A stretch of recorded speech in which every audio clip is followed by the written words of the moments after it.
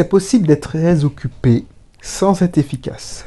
Oui, je le répète, c'est possible d'être très occupé sans être efficace. Bonjour, je suis content de te retrouver. On va parler de ce thème, plus un thème de développement personnel. Voilà, je constate pas mal dans mon ancienne entreprise, mais pas mal d'entrepreneurs, ils sont occupés, ils n'ont pas une minute à eux. Je n'ai pas eu une minute à moi. Tu te rends compte, j'ai pas réussi à t'appeler. Et pendant leur congé, c'est la même chose. Je n'ai pas eu une minute à moi. J'avais quelqu'un qui me disait ça en permanence. Grave. Mais avant de t'en dire plus, si tu découvres ce contenu pour la première fois, abonne-toi et télécharge, inscris-toi dans mes cursus. Un cursus pour l'entrepreneur, entrepreneur en ligne, entrepreneur hors ligne, c'est-à-dire classique, pour les investisseurs en locatif. Tout simplement pour devenir indépendant financièrement, même si tu veux rester salarié. Voilà. Après, j'ai des cursus spéciaux pour les gens d'auto-école, parce que je suis dans une auto-école, ou dans les professions paramédicales. Et médicales, parce que je suis associé dans une CELAS, celle de mon épouse. Bref, tout ça pour te dire que je connais plein de personnes. Et peut-être que tu en fais partie. Tu as l'impression que, voilà, tu as à peine le temps de manger, tu es hyper occupé. Tu te dis, mais non, c'est pas possible. Je suis overbooké. En fait, je me souviens toute ma vie. Pour préparer mon mariage, on était allé voir quelqu'un de très sympa, que j'apprécie d'ailleurs, et il est à la retraite. Cette personne est à la retraite. Et ce qui m'avait fait tilter, qui m'avait amusé, c'est que non seulement il était à la retraite, mais il nous disait que depuis qu'il est à la retraite, il est overbooké. Alors, ce qui est bien quand tu es à la retraite, c'est que tu fais ce que tu veux avec ton temps. Et puis, il est overbooké, mais pour ceux qui l'aiment.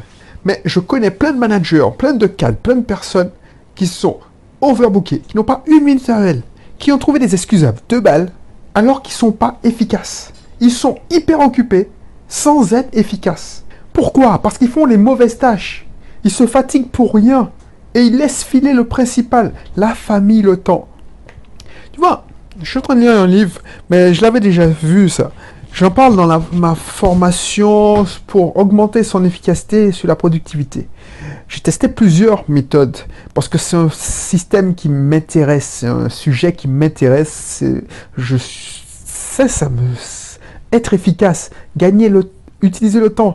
Parce que le temps, je te rappelle que c'est le bien le plus précieux, c'est ce que tu possèdes qui vaut le plus. Tu peux gagner de l'argent, mais tu ne peux pas gagner du temps. C'est impossible, je t'en avais parlé dans Time Out. Mais bien gérer mon temps, bien maîtriser mon temps, pour l'utiliser pour des choses qui me plaisent, c'est ce qui me permet, c'est un sujet qui m'intéresse. Gagner en efficacité, mais pas gagner en efficacité en négligeant une partie de mon pan, de mon rôle. Parce que c'est ça que j'ai fait pendant longtemps. J'ai négligé une partie, mon rôle de père, mon rôle de mari, au détriment de mon entreprise, de mes entreprises. Mais c'est pour ça que je travaille dessus. Tu sais, je suis en train de lire un livre, mais voilà, j'ai testé la méthode Getting Things Done que je te donne dans la formation Gagner en productivité. J'ai testé celle de la pyramide inversée, j'ai testé les to-do list, j'ai fait plein de choses. Ce qui se passe, c'est que on peut séparer les tâches qu'on a en 4 catégories. Les tâches, catégorie 1, c'est des tâches importantes et urgentes.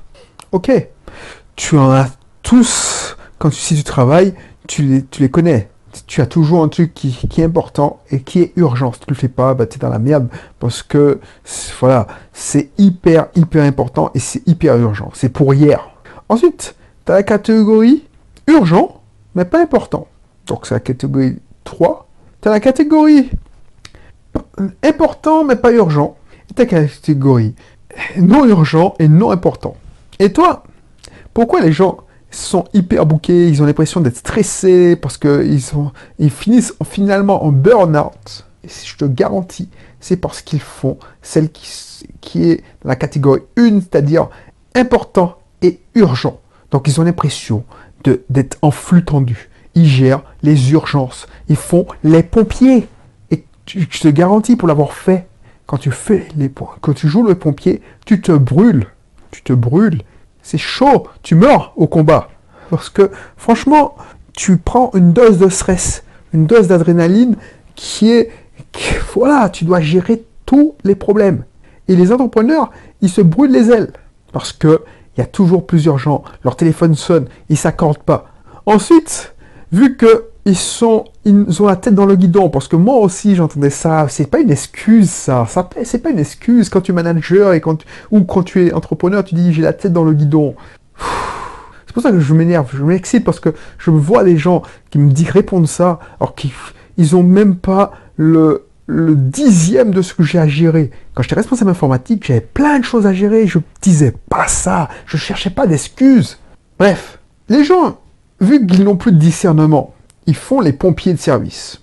Maintenant, comme ils agissent à l'urgence, ils ne regardent même pas si c'est important ou pas. Donc, ils font la catégorie toi. C'est-à-dire, c'est pas important, mais c'est urgent.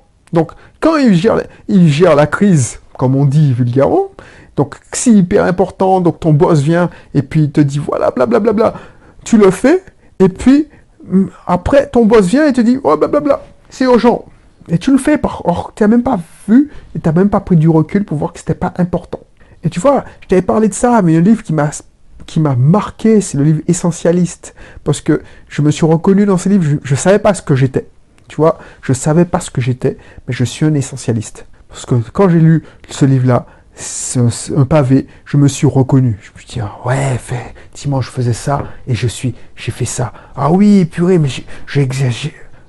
Et du coup, un essentialiste, sa principale réponse, il dit souvent non. Et je disais souvent non. C'est pour ça que j'arrivais à réussir tenir mes délais. Parce que quand je dis non, c'est non parce que c'est pas important. Ou c'est plus tard. Mais la plupart du temps, c'est non.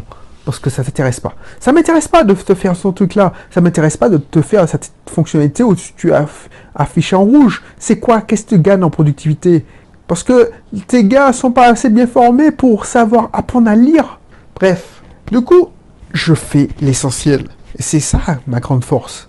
Et c'est pour ça que j'étudie ça. Parce que maintenant que j'ai appris à maîtriser ça, et je suis hyper productif et je ne néglige pas les relations humaines pour autant. Parce que ce qui se passe, c'est que les managers, les entrepreneurs, ils font que l'urgent. Et ils ne voient pas que c'est important ou pas. Donc ils se retrouvent hyper occupés.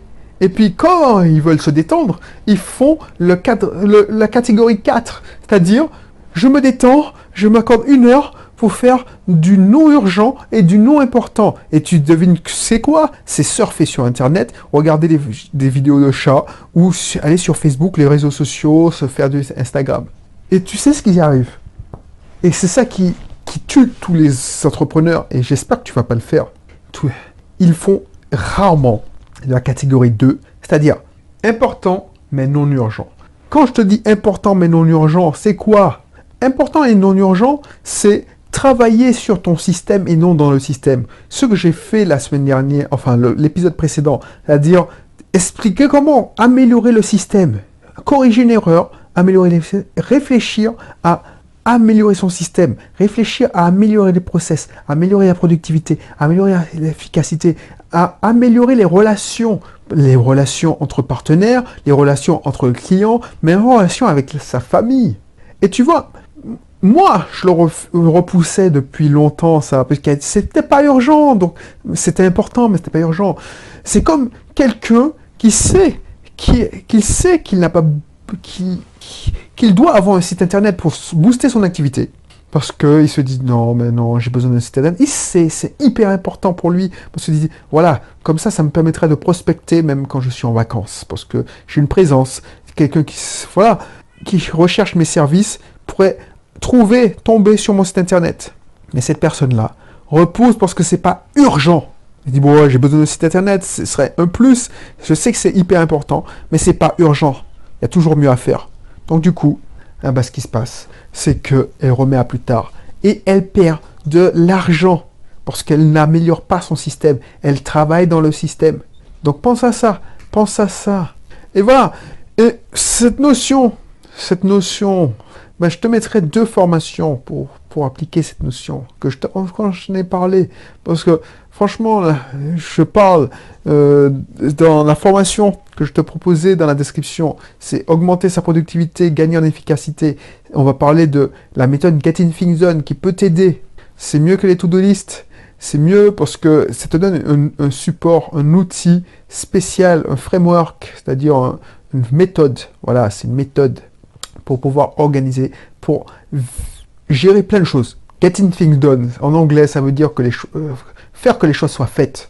Ah ben, je te garantis que ça fonctionne. Ça a fonctionné, ça fait 4 ans que j'utilise. J'ai sorti cette formation il y a 3 ans déjà. C'était au début de la fin de ma carrière de salarié. Et je l'avais mis en place justement pour respecter mes délais, pour augmenter ma productivité. Et je te garantis que ça fonctionne parce que ça priorise, ça te fait... en fait, ça t'abaisse du stress de malade. Ça t'abaisse du stress de malade. Ensuite, il y a une méthode de la pyramide des versets que je te donne dans cette formation. Et grâce à ça, tu seras occupé, certes, mais tu seras hyper efficace et sans négliger ta famille. Voilà. Donc, je te laisse faire. Et puis, si ça t'intéresse, mais tu veux avoir accès à plus de mes formations, je te remettrai aussi mon accès au club privé. C'est un abonnement, tu payes mensuellement. C'est-à-dire tu as un abonnement au mois. Quand tu veux, tu arrêtes. Tu peux mettre en pause aussi. Tu as accès à toutes mes formations dans la formation dont je t'ai parlé, c'est-à-dire gagner en productivité, gagner en efficacité. Donc voilà, je te laisse faire. Et puis je te dis à bientôt pour un prochain numéro. Mais franchement, réfléchis à ça, réfléchis une seconde. C'est déjà bien que tu m'écoutes puisque tu veux partager mes réflexions sur l'entrepreneuriat, sur la productivité aussi, dans ce cas, dans cette émission. Du coup, il ne faut pas que ça tombe, tu écoutes, ça rentre par là et ça sort par là. Non, il faut que tu réfléchisses. Prends quelques minutes, même 1 minute pour réfléchir et se dire, est-ce que je fais des activités 80% des activités, c'est quoi? C'est des urgentes au boulot, des urgentes et importantes, et combien de temps je préserve à mes actions, des tâches importantes mais non urgentes.